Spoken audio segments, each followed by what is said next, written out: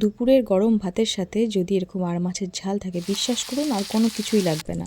এই আর মাছের ঝাল দিয়েই পুরো ভাত শেষ হয়ে যাবে। প্রথমেই মাছগুলোকে নুন হলুদ মাখিয়ে গরম তেলে হালকা লালচে করে ভেজে তুলে নেব। খুব বেশি ভাজার দরকার নেই, তাহলে শক্ত হয়ে যাবে। এবার ওই তেলের মধ্যেই পেঁয়াজ কুচি অ্যাড করে হালকা ভেজে নিয়ে টমেটো কাঁচা লঙ্কা দিয়ে হালকা ভেজে নিতে হবে।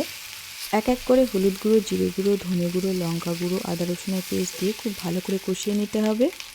তোমাদের মধ্যে কারা কারা আর মাছ বা রিঠা মাছ খেতে পছন্দ করো তারা কমেন্ট করে জানিও।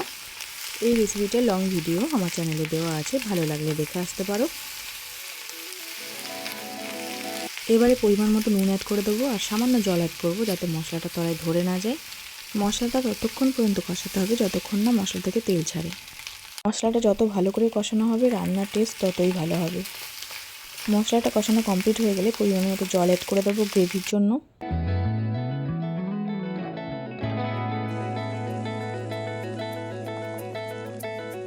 ঝোল ফুটে উঠলে ভেজে রাখা মাছগুলো অ্যাড করে দেবো, দিয়ে আরও কিছুক্ষণ ফুটিয়ে নেব।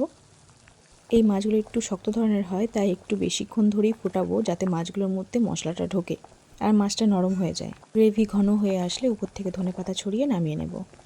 তোমরা কমেন্ট করে জানিও রেসিপিটা তোমাদের কেমন লাগলো।